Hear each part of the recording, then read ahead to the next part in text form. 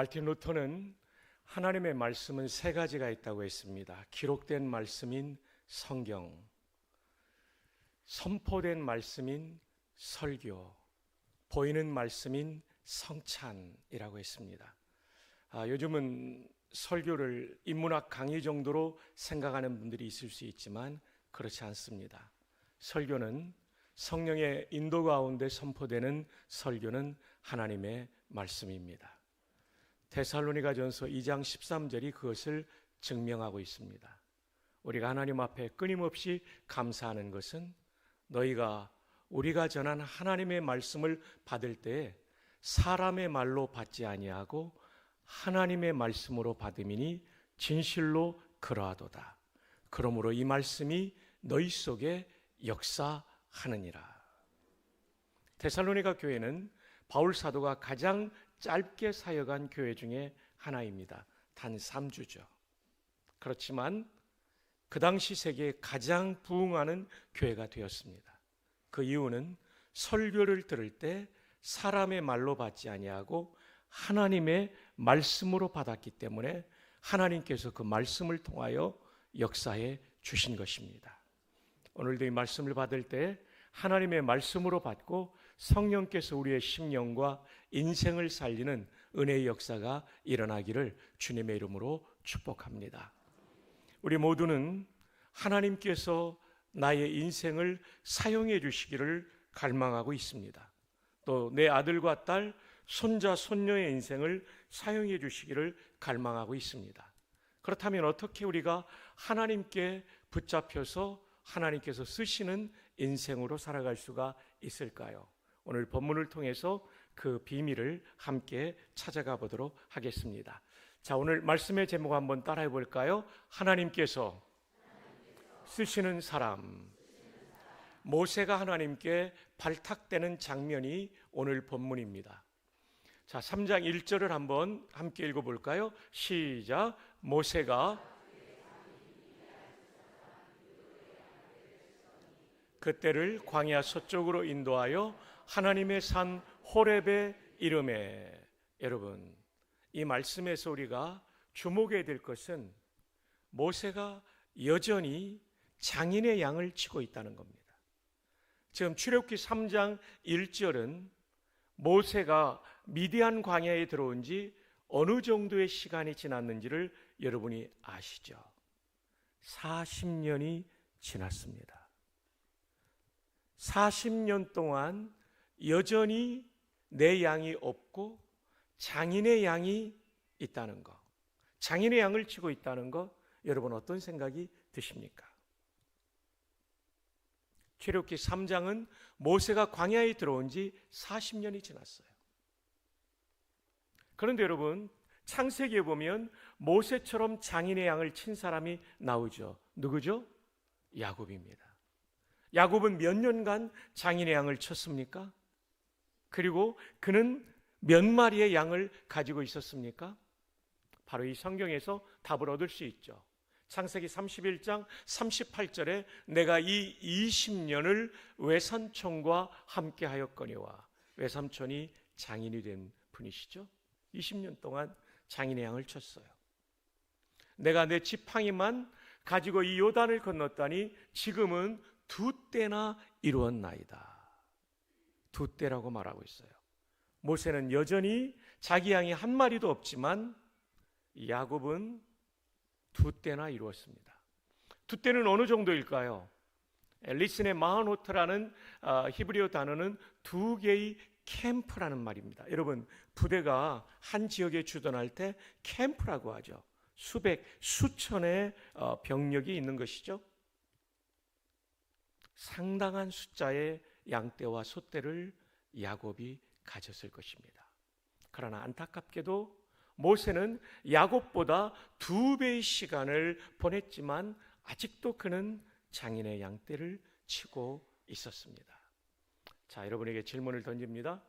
출애굽기 3장 1절에서 모세의 마음은 어떠했을까요? 1번, 의욕이 충만한 삶을 살고 있었다. 2번, 저는 주로 정답을 2번에 배치합니다. 삶의 의욕을 잃고 우울한 삶을 살고 있었다. 정답은요? 예, 저를 믿어주셔서 고맙습니다. 2번입니다. 정말 의욕이 충만한 삶을 살았다면 야곱처럼 한 마리라도 내 양을 만들기 위해서 노력했을 거예요. 그러나 모세는 삶의 의욕을 잃어버리고 어쩌면 자포자기한 상태에서 40년을 보냈을 것입니다. 근데 이 본문에서 정말 중요한 것은 우울감에 사로잡힌 모세에게 하나님께서 찾아오셨다는 것입니다. 저는 이 출애굽기 3장에서 굉장한 희망을 얻습니다. 우리는 일반적으로 자신감이 가득 찬 사람, 의욕적인 사람, 적극적인 사람만 쓰임받는다고 편견을 가지고 있습니다. 그렇지 않습니다. 하나님께서 찾아오시면, 주의 선한 능력이 우리를 감싸시면, 주의 임재가 우리를 감싸시면 우리는 믿음으로 주께서 하실 일을 기대할 수 있는 것입니다. 우울감에 빠진 사람도 하나님은 얼마든지 쓰실 수 있습니다. 오늘 본문의 모세뿐만 아니라 역사 속에 에이브럼 링컨이 바로 그런 사람이었습니다. 여러분, 링컨의 우울증이라는 책이 있습니다. 이 책은 소설이 아닙니다. 약 440쪽의 두터운 책입니다. 이 책의 뒤에 보면 참고 문헌이 나오는데 수십 페이지입니다. 조슈아 울프 쉥크는 링컨 영화의 자문 역을 맡았던 학자입니다. 그래서 수많은 근거 자료를 통하여 이 책을 썼는데 링컨은 우울증을 앓았다는 겁니다. 기질 자체가 적극적이고 활달한 사람이 아니었습니다. 그는 어릴 때 사랑하는 남동생이 5살의 나이로 죽습니다.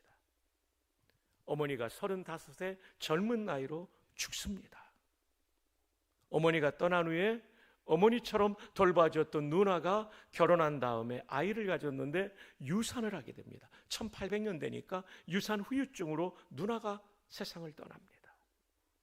링컨이 정말 사랑했던 앤 루트리지라는 여인이 있었는데 이 여인도 병들어 죽습니다. 스프링필드에서 앤 루트리지를 땅에 묻고 돌아올 때 비가 내립니다. 그날 밤 일기에는 앤은 얼마나 추울까. 가까운 사람이 이렇게 많이 죽었다는 것입니다. 결혼하고 아들 에드워드가 죽습니다.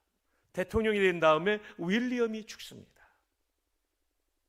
이 책에 보면 링컨은 권총을 차고 스프링필드의 숲을 들어갈 때 자신을 쏠까봐 두려웠다는 거죠.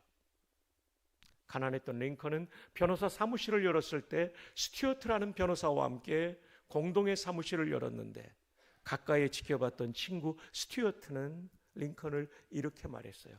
대책 없는 우울증 환자 에이브. 에이브는 에이브라함의 애칭이죠.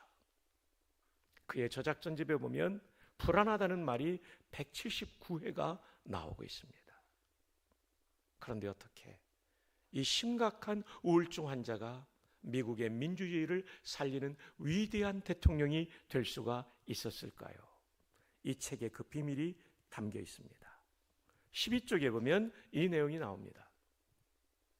우울증이 도지게 되면 사람은 공포심에 사로잡히게 돼 있습니다. 나는 쓸모없다. 죽어야 돼. 대부분은 이 공포심에 사로잡혀서 아무것도 하지 못하고 침대를 빠져나오지 못하는데 링컨은 이 공포를 방치하지 않고 맞서 싸웠습니다. 교전을 벌였습니다. 인게이지먼트를. 교전의 방식이 중요하죠? 좀 이따 나옵니다. 교전을 벌여 마침내 링컨은 이 공포를 초월하는 승리를 거두었기 때문에 우울증을 이기고 이런 위대한 생애를 살아간 것이죠. 그렇다면 링컨의 교전의 방식은 무엇일까요? 이 공포 교전 초월이 12쪽에 나오는데 그로부터 훨씬 뒤로 넘어가면 링컨도 사실 젊은 날 그렇게 믿음이 성숙하진 않았는데 점점 온전해진 사람이죠. 자, 이제 보시겠습니다. 그의 교전의 방식은 326쪽에 보면 내 인생이라는 배의 선장은 나 에이브럼 링컨이 아니라 하나님이시다. 얼마나 우리 개혁신학 하나님 중심의 신앙입니까?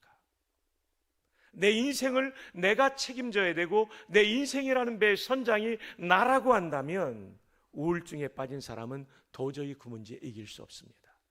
그러나 전능하신 하나님이 내 인생이라는 배의 선장이라는 믿음이 있으면 그 하나님에 대한 신뢰로 우리는 오늘의 두려움을 이길 수 있는 것이죠. 보배로운 성도 여러분, 여러분의 인생의 선장도 하나님이심을 이 새벽 믿으시기를 바랍니다. 옆에 사람을 축복합시다. 당신의 배의 선장은 하나님이십니다. 뒤에도 합시다. 당신의 배의 선장은 하나님이십니다. 우리 자신은 너무나 연약하죠. 근데 하나님이 우리 인생의 선장입니다.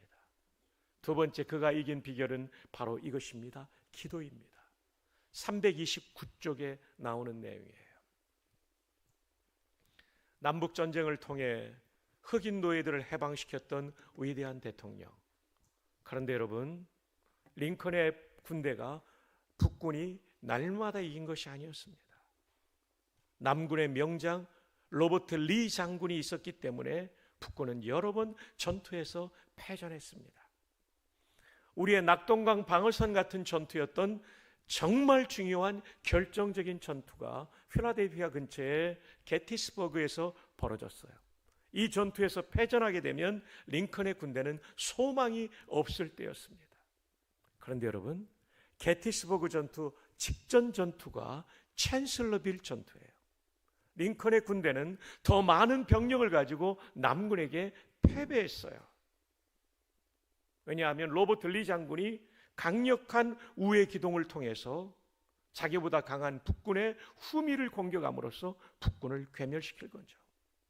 이 전투 다음에 결정적인 챈슬러빌 전투 다음에 결정적인 게티스버그 전투가 열리게 되었으니까 총사령관이었던 대통령은 얼마나 불안했을까요?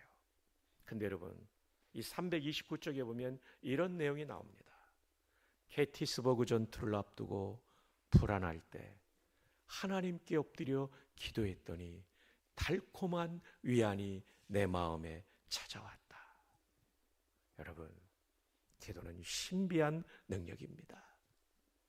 내 인생에, 내가 지도하는 공동체에 너무나도 무거운 어려운 과제가 있다 할지라도 전능하신 하나님께 기도할 때 우리의 마음속에 달콤한 위안을 통하여 그 문제를 극복할 힘을 주시는 줄 믿습니다. 이번 특세를 통하여 우리를 온전케 하시는 달콤한 위안을 주시고 용기를 주시는 하나님의 은혜를 경험할 수 있기를 주님의 이름으로 축복합니다.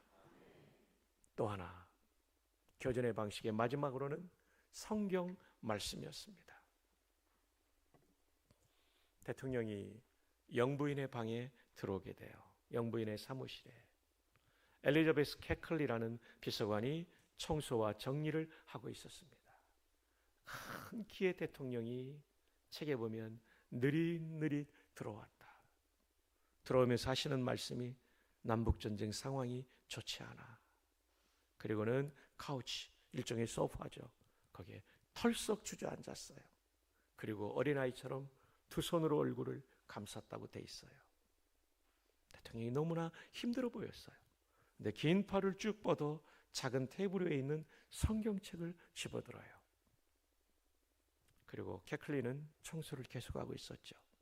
15분쯤 지나서 얼굴을 들어 대통령을 보니까 얼굴이 환하게 밝아 있었어요. 도대체 성경에 어디를 읽다가 이런 용기를 얻었을까? 뒤돌아가서 물건을 떨어뜨리는 척하면서 바라보니까 그 성경은 욥기였어요. 욥기. 아마도 욥기 한 42장쯤 되지 않았을까요? 수많은 고난을 헤치고 나가 마침내 승리했던 욥의 스토리. 여러분, 링컨은 우울증을 기도와 성경 말씀으로 이긴 것입니다. 또 하나, 내 인생의 선장은 하나님이시다. 우리는 약하지만 하나님은 강하십니다. 한번 따라해 볼까요? 우리가 믿는 하나님이 시시하지 않기 때문에 하나님을 믿는 우리도 시시하지 않을 것입니다. 오늘 믿음으로 기도하는 여러분들에게 이 은혜가 있기를 주님의 이름으로 축복합니다. 하나님은 어떤 사람을 쓰십니까? 하나님은 우울감과 우울증에 사로잡힌 사람도 얼마든지 쓰실 수 있어요. 어떻게 하면요? 하나님의 임재를 경험하면. 임재가 뭡니까? 함께 하시는 은혜를 경험하면. 우리는 출애굽기 3장 1절에서 그것을 배울 수가 있어요. 아니, 세상에 40년 동안 양을 쳤는데 자기 양이 한 마리도 없다는 거예요. 이 사람은요, 삶에 의욕이 없는 거예요. 오늘 이 새벽에도 자포자기의 상태에 나온 여러분, 기대하십시오. 하나님께서 은혜를 주시고 여러분도 은혜를 사모하고 은혜를 받으면 여러분의 인생도 복되게 쓰임받을 줄 믿습니다. 자, 또 하나님은 어떤 사람을 쓰십니까? 오늘 본문을 통하여 2절에서 함께 발견할 수 있겠습니다. 2절 다 함께 읽어요. 시작.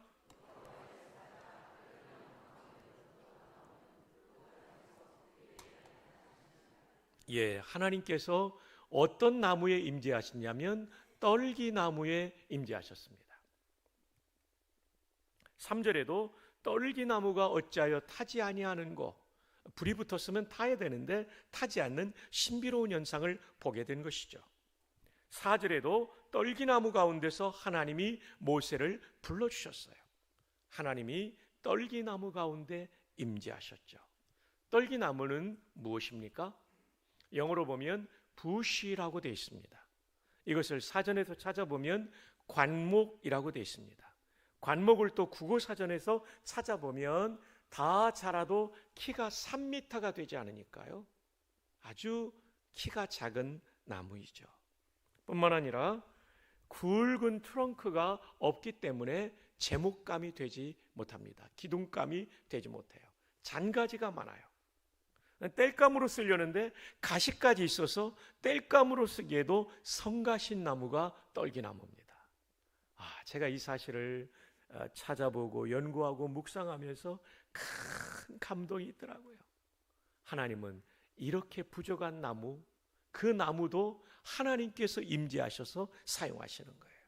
만약에 하나님이 키 큰 나무, 그리고 아주 이 둥치가 큰, 트렁크가 큰 나무를 사용하시려면 모세를 호렙산으로 인도하면 안 돼요. 성지순례 가신 분들은 알지만 호렙산은 굵은 이런 제목감의 나무가 없어요. 전부 가시덤불 같은 부시, 관목, 떨기나무밖에 없어요.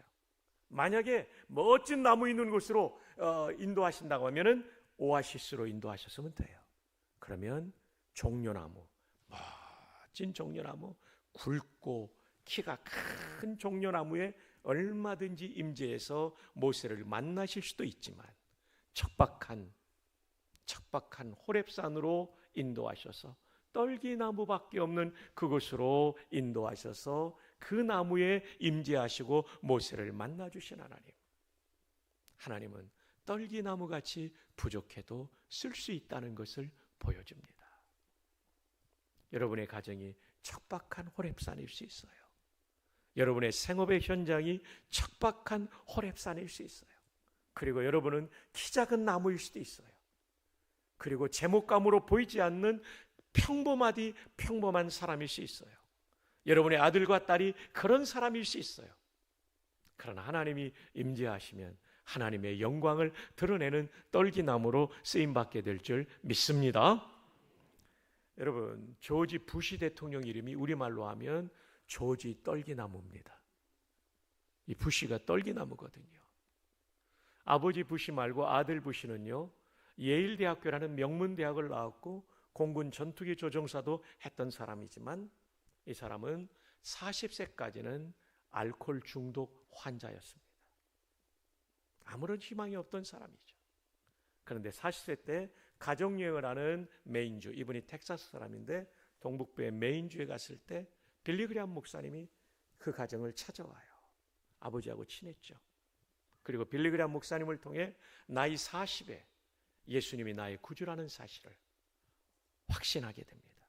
그 전에도 신앙생활을 했지만 예수님을 구주로 확신하지 못했죠. 이때부터 조지 부시가 바뀌어요. 그래서 텍사스 주지사를 2번 하게 되고 미국 대통령을 2번 하게 되죠. 정치인에 대한 평가는 다 다를 수 있지만 그래도 폐인처럼 끝나버릴 인생을 하나님이 그토록 귀하게 사용해 주신 것입니다. 오늘 이 시간 여러분을 축복합니다. 여러분의 말씀을 듣는 이 시간, 기도하는 이 시간, 찬양하는 이 시간, 하나님의 성령께서 여러분을 온전히 감싸시고 주님의 임재 가운데 온전히 감싸심으로 말미암아 여러분의 인생이 새롭게 출발하는 은혜의 시간이 되기를 주님의 이름으로 축복합니다. 여러분, 피카소의 걸작 중에 황소머리라는 작품이 있습니다. 런던 경매 시장에서 3천만 달러에 팔린 어마어마한 걸작이죠. 황소머리, 불스헤드. 근데 여러분, 이 황소머리가, 이 걸작인 황소머리가 뭐로 만들어진지 아십니까?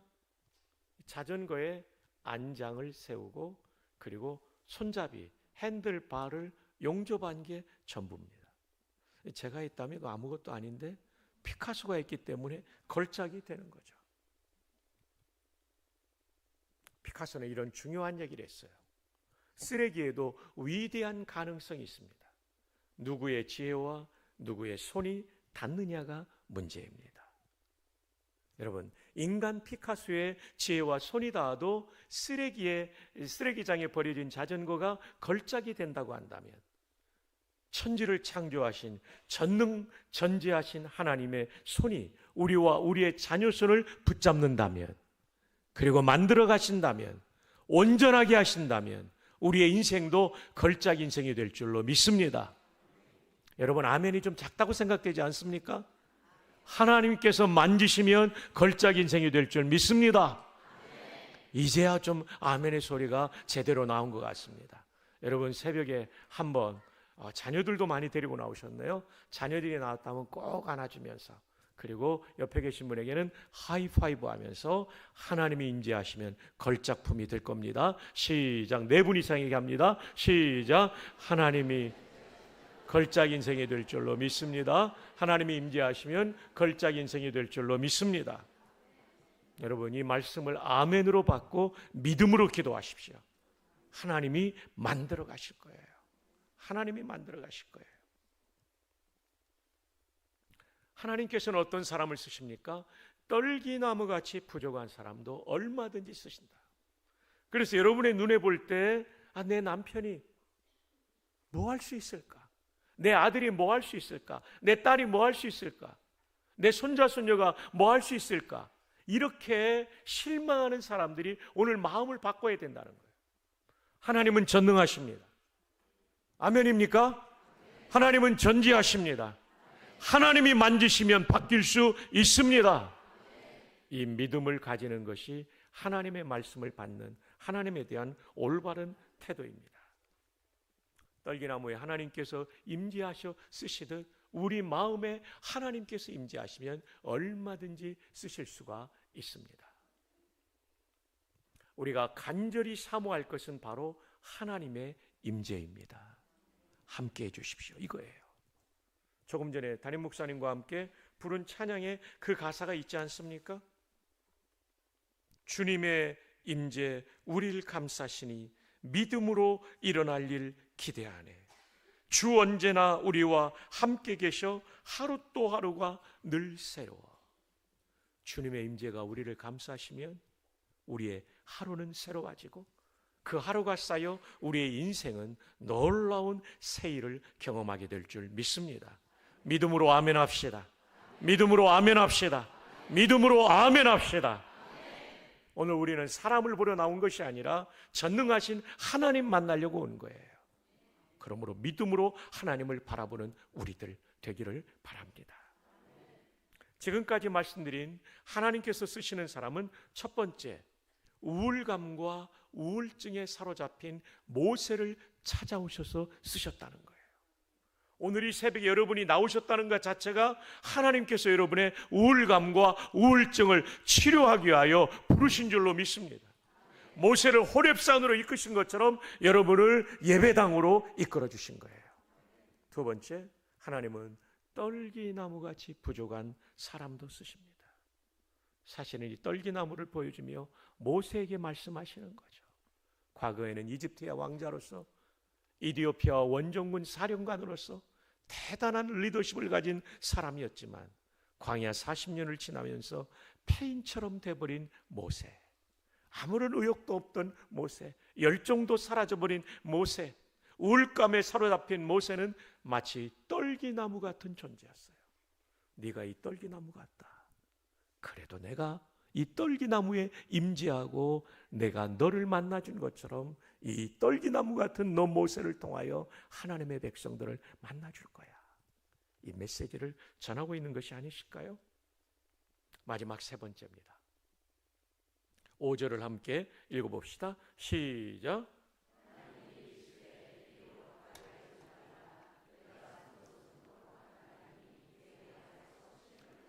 자, 여러분, 우울감에 사로잡힌 사람도 쓰시고 떨기나무같이 부족한 사람도 쓰십니다. 그런데 한 번 반짝 쓰임 받는 사람들이 있어요. 저도 올해 이제 63세가 되어 가는데요. 제가 61년생이니까 생일이 늦어서 보면 딱 한 번 쓰임 받고 몇 번 쓰임 받는 것으로 끝나는 사람들이 있어요. 60년을 이상 살다 보니까. 그런데 일생을 복되게 쓰임 받는 사람이 있어요. 그 사람은 어떤 사람입니까? 거룩을 지킨 사람이에요. 거룩을 지킨 사람. 하나님은 거룩하시기 때문에 거룩한 사람을 지속적으로 쓰시는 겁니다. 그래서 오늘 젊은이들, 청소년들 정말 잘 나오셨는데 우리의 일생의 목표가 거룩이 돼야 돼요. 마귀는 끊임없이 우리를 타락시키려고 하는데 우리는 그걸 거부하고 성령의 음성에 순종해야 되는 것이죠. 하나님의 임재가 계속되려면 거룩해야 됩니다. 여러분, 이 장군의 얘기를 좀 들어드릴게요. 데이빗 포트레이어스 육군 대장이셨죠. 이분은 미 육군사관학교를 우등으로 졸업하십니다. 그리고 육사 교장의 딸과 결혼하십니다. 이분은 미 육군대학, 미국에서는 지휘 참모 대학이라고 합니다. Commanding General Staff and College라고 하는데요. 이 육군 대학을 졸업할 때 수석 졸업입니다. 수석 졸업자에게 주는 상이 조지 마샬 원수 별 5개, 옛날 2차 대전 때 장군이죠. 조지 마샬 상을 받았어요. 이분은 프린스턴에서 박사학위를 받았어요. 미 육사에서 조교수로 가르치기도 하셨어요. 그러면서 이분은 공정사단, 우리나라로 하면 공수사단의 사단장을 지냈어요. 아프간 사령관으로 별셋 장군이었어요. 그리고 진급해서 별 4시 되었을 때 이분은 이라크 전쟁이 교착 상태일 때 그가 박사학위 논문 쓴 것이 베트남 전쟁에서 미군이 왜 패했는가에 대한 원인 분석과 대안이었어요. 소규모 부대로 적진 깊숙이 들어가는 것을 해야 된다는 것이 그의 결론이었는데 그 방법으로 이라크를 완전히 평정시켰죠. 그가 미국으로 돌아올 때 미국의 역사가들은 그렇게 말했습니다. 아이젠하워와 메가더를 합해놓은 인물이다. 덕장과 지장과 더불어 용장을 합해놓은 사람이다. 차기 미국 대통령 후보감이라고 말했습니다. 그는 옷을 벗고 중앙정보국장이 됐습니다. 권력의 정점에 올라갔어요. 그런데 거기에서 추락하게 됩니다. 왜 추락한지 아십니까? 사관학교 20년 후배인 폴라 브라델 예비역 중령과 불륜에 빠졌기 때문에. 그가 아프간 사령관 시절 하버드의 케네디 스쿨에 가서 강연을 할 때 만났던 후배, 그리고 이 여인이 포트레이어스 장군의 자서전을 쓰겠다고 찾아와서 만나면서 정이 들어버렸어요. 그리고 마침내 중앙정보국장, CIA 국장을 할 때 불륜에 빠졌고 이것이 언론에 노출이 되어서 그는 더 이상 공직을 수행할 수 없게 되었어요. 데이빗 포트레이어스는 그 이후에는 누구도 주목하지 않는 평범한 인생이 돼버리고 만 것입니다. 거룩이 깨지면 세상의 지도자도 무너집니다. 하물며 하나님의 백성들은 얼마나 더 심하게 무너지겠습니까? 많은 목회자들이 거룩이 깨어져서 무너졌고 많은 지도자들이 거룩이 깨어져서 무너진 것이죠. 한 번 쓰임받는 인생이 아니라 일생 쓰임받기 위하여 우리는 거룩해야 될 줄 믿습니다. 성경이 말하는 죄라고 하는 것을 멀리하고 끊어버리는 결단이 우리 가운데 있기를 주님의 이름으로 축복합니다. 자, 3장 5절에 거룩한 땅 다음에 요구하시는 것은 내 발에서 신을 벗으라 라는 말씀입니다. 내 발에서 신을 벗으라, 이 말의 뜻은 무엇일까요? 성경은 기록될 당시에 문화적인 해석을 할 본문도 있습니다. 이것이 바로 그것이죠. 모세 시대에 신발을 벗고 맨발로 살았던 사람들은 종들이었습니다. 종들이었어요. 어떤 사람이 이걸 해석할 때 신을 벗어야 냄새가 안 난다고 그러는데 신 벗으면 냄새 더 납니다.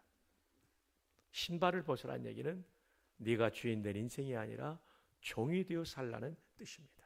종이 되어 살라. 하나님의 임재가 계속되려면 거룩함과 동시에 하나님께 순종하는 종이 되어야 돼요. 하나님은 역사의 주인이시고 왕이시기 때문에 누구를 기뻐하냐면 순종하는 사람을 기뻐합니다. 순종하는 사람을 계속해서 쓰시는 거예요. 우리가 주님 말씀하시면 나아가고 주님 뜻이 아니면 멈춰 선다면 하나님께서 우리의 인생을 지속적으로 사용하실 줄로 믿습니다. 하나님께서 쓰시는 사람은 성경을 보아도 교회사를 보아도 아니 우리 가까운 사람들을 보아도 한결같이 하나님께 순종하는 종들이었습니다. 열왕기상 8장 23절은 솔로몬이 성전을 다 짓고 난 다음에 봉헌 기도를 드리는 거예요. 함께 한번 읽어볼까요? 시작.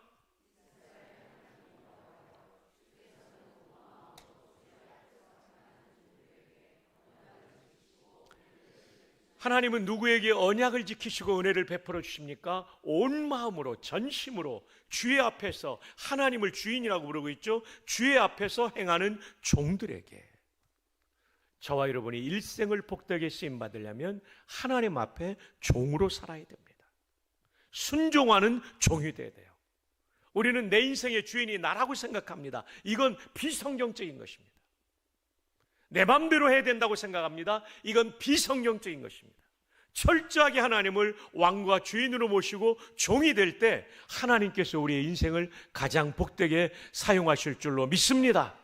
그래서 순종이 제사보다 낫다라고 말하죠.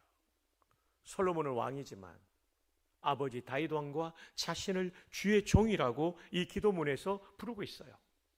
24절 주께서 주의 종 내 아버지 다윗, 25절 주의 종 내 아버지 다윗, 26절 주의 종 내 아버지 다윗, 그 위대한 다윗 왕을 왕이라고 부르지 않습니다. 하나님 앞에서는 종이라고 부르고 있는 거죠.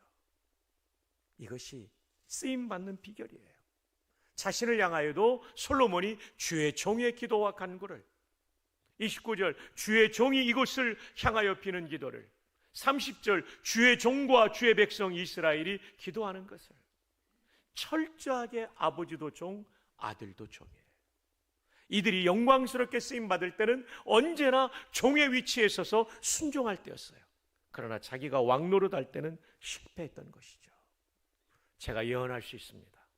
저도 그렇고 여러분도 그렇고 종의 위치에 서서 하나님께 순종하면 우리의 일생은 가장 영광스럽게 쓰임받을 줄 믿습니다.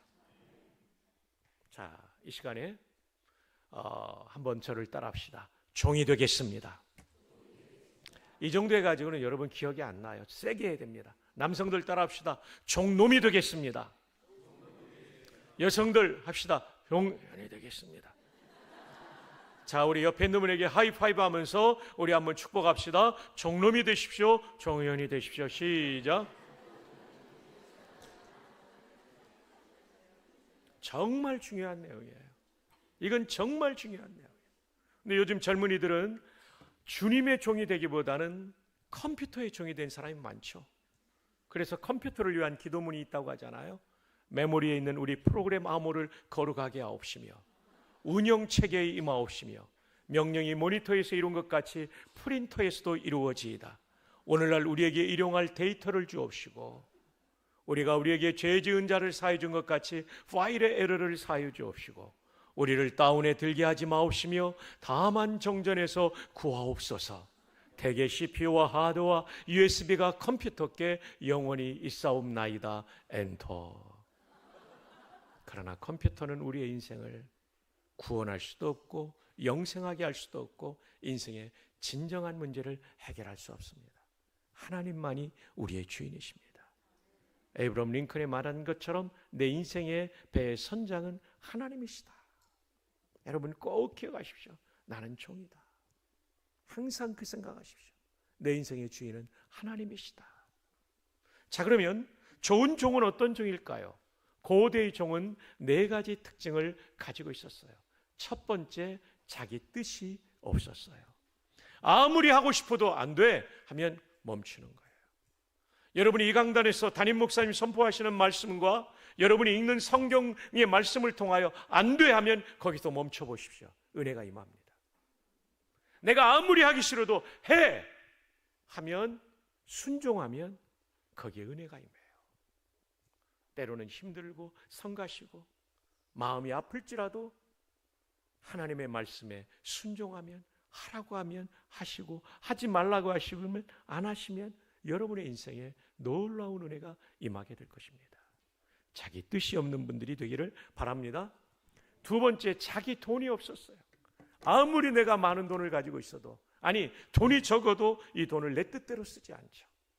주인의 뜻대로 쓰시는 거예요. 11조는요, 신앙이 성숙한 사람이 하는 게 아닙니다.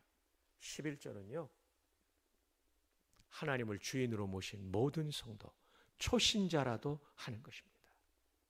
돈이 내 인생의 주인이 아니라는 신앙 고백이 11조인 것이죠.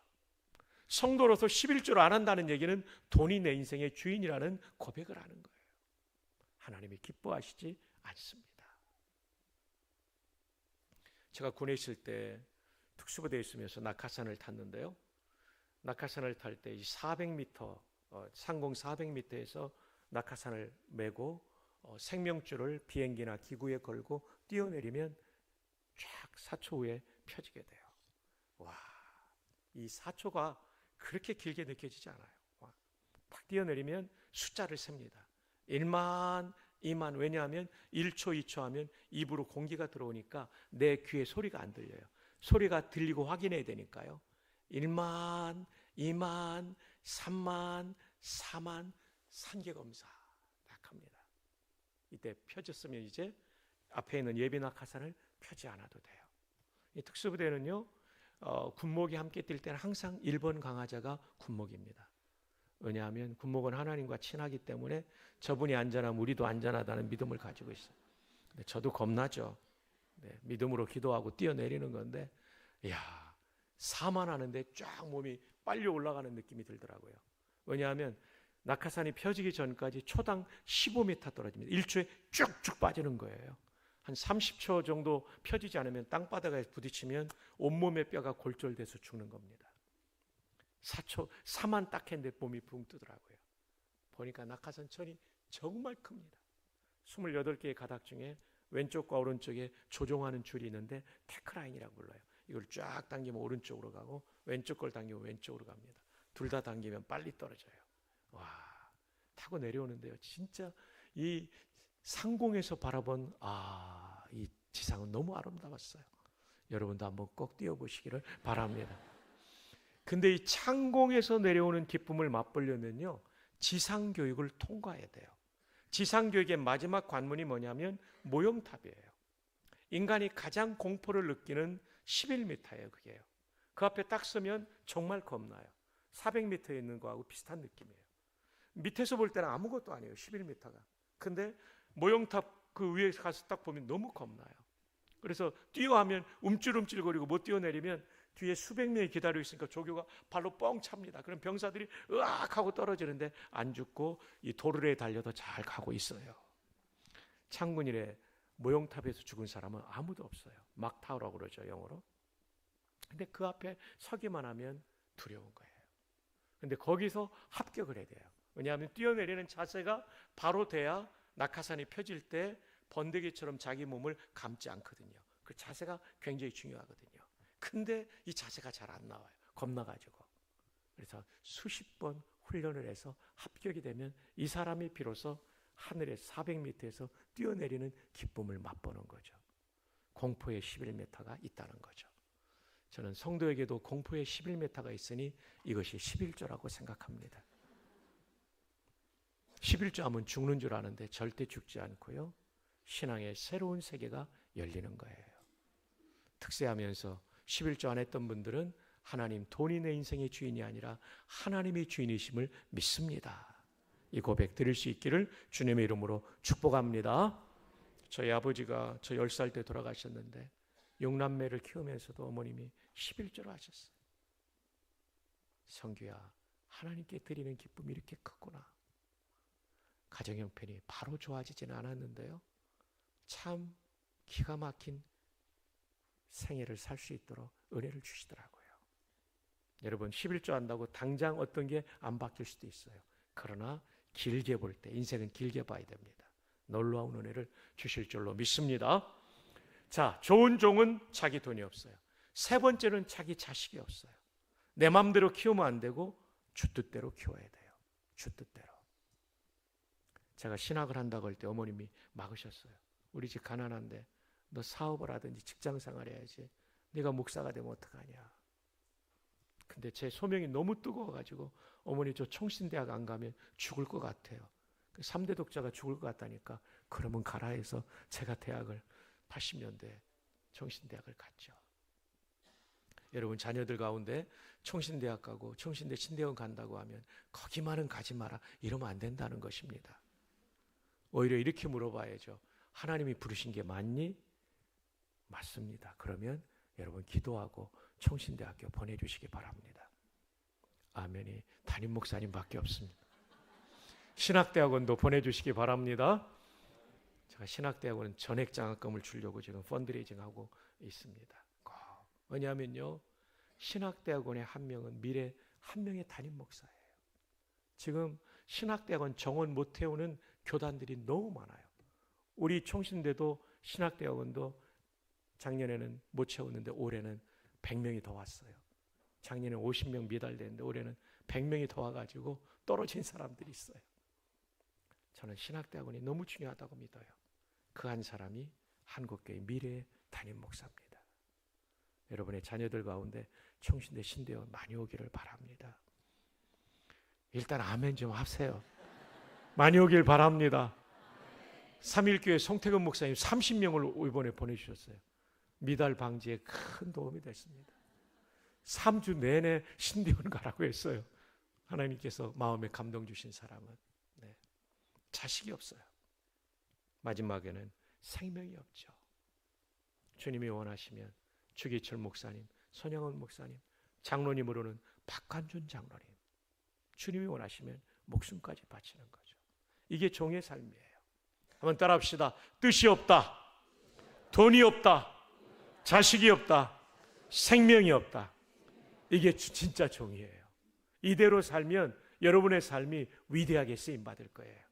그렇게 꼭 살기를 주님의 이름으로 축복합니다.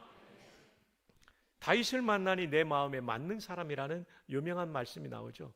제가 어느 날 영어 성경으로 보니까 뜻이 더 명료해지더라고요. 내 마음에 맞는 사람이 A man after my own heart. 무슨 뜻입니까?